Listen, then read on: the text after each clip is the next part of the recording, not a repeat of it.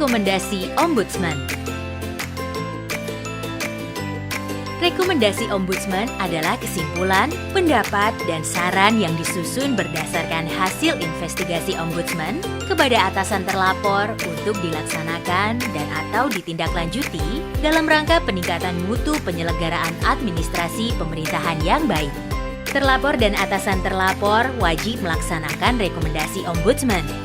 Mengingat Ombudsman adalah lembaga pemberi pengaruh, maka rekomendasi yang dikeluarkan ditujukan untuk memberikan pengaruh kepada terlapor dan atau atasan terlapor untuk memperbaiki penyelenggaraan pelayanan publik. Selain itu, kedudukan rekomendasi Ombudsman adalah final dan mengikat. Sedangkan proses rekomendasi Ombudsman meliputi 6 tahap. Tahap pertama, proses penyusunan. Tahap kedua, proses penyerahan. Tahap ketiga, monitoring rekomendasi. Tahap keempat, penetapan status rekomendasi. Tahap kelima, pelaporan dan publikasi. Dan tahap keenam, penyelesaian. Untuk lebih jelasnya, mari kita bahas satu persatu. Tahap pertama, proses penyusunan rekomendasi.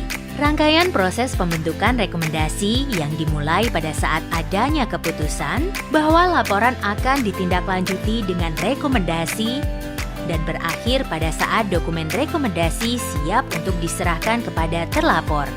Tahapannya adalah 1. Penulisan. Rangkaian kegiatan yang dilaksanakan oleh unit resolusi dan monitoring untuk menyusun draft awal rekomendasi. 2. Pembahasan.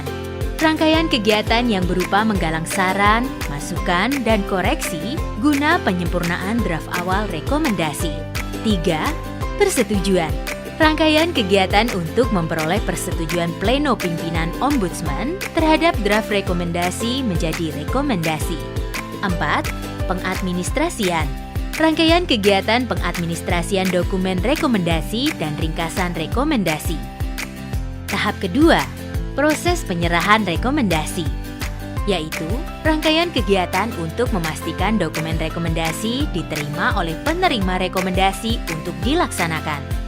Penyampaian meliputi 1. Persiapan waktu, tempat, dokumen, tim pelaksana, undangan, dan anggaran. 2. Pelaksanaan, yaitu kesiapan pelaksanaan prosesi penyampaian, penunjukan pejabat penghubung, dan konferensi pers. 3. Evaluasi dan respon mengenai kualitas pelaksanaan penyampaian rekomendasi sehingga dapat dijadikan perbaikan. Tahap ketiga, monitoring pelaksanaan rekomendasi, yaitu rangkaian kegiatan untuk memastikan pelaksanaan rekomendasi oleh terlapor dan atau atasan terlapor selaku penerima rekomendasi sebagai dasar untuk menentukan tindak lanjut laporan tersebut.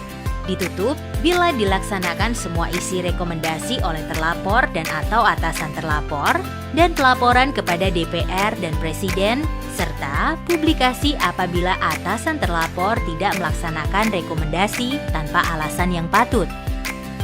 Proses monitoring bertujuan untuk memastikan terlaksananya rekomendasi dalam rentang waktu yang ditentukan undang-undang. Hal ini dilakukan mengingat kepatuhan terlapor dan atau atasan terlapor yang terkadang hanya melaksanakan sebagian isi rekomendasi atau tidak sama sekali melaksanakan.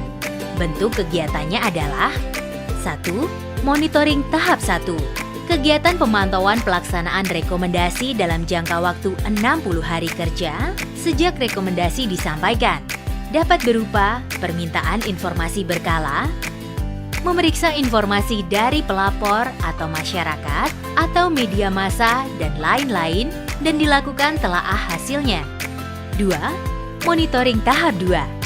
Kegiatan pemantauan pelaksanaan rekomendasi setelah jangka waktu 60 hari, jangka waktu pelaksanaan rekomendasi terlampaui.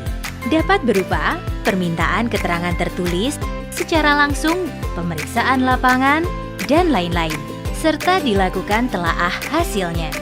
Tahap keempat, penetapan status rekomendasi.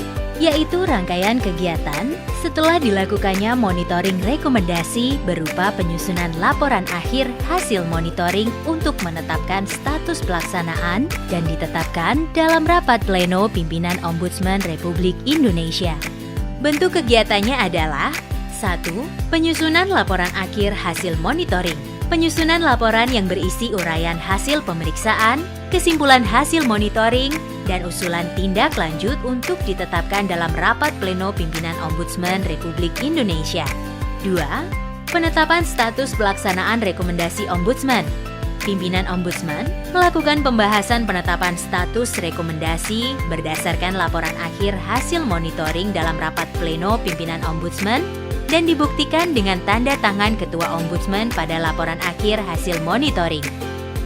Tahap kelima, pelaporan dan publikasi, yaitu kegiatan penyampaian laporan kepada Dewan Perwakilan Rakyat dan Presiden, serta mempublikasikan terlapor dan atasan terlapor yang tidak melaksanakan atau hanya melaksanakan sebagian rekomendasi dengan alasan yang tidak dapat diterima oleh Ombudsman. Bentuk kegiatannya: 1. Pelaporan kepada DPR. Penyampaian laporan melalui surat dari Ketua Ombudsman kepada Ketua Dewan Perwakilan Rakyat mengenai tidak dilaksanakannya rekomendasi oleh terlapor dan atau atasan terlapor dan ditembuskan kepada Ketua Komisi DPR yang relevan dengan instansi terlapor. 2. Pelaporan kepada Presiden. Penyampaian laporan melalui surat dari Ketua Ombudsman kepada Presiden mengenai tidak dilaksanakannya rekomendasi oleh terlapor dan atau atasan terlapor. 3. Publikasi terlapor.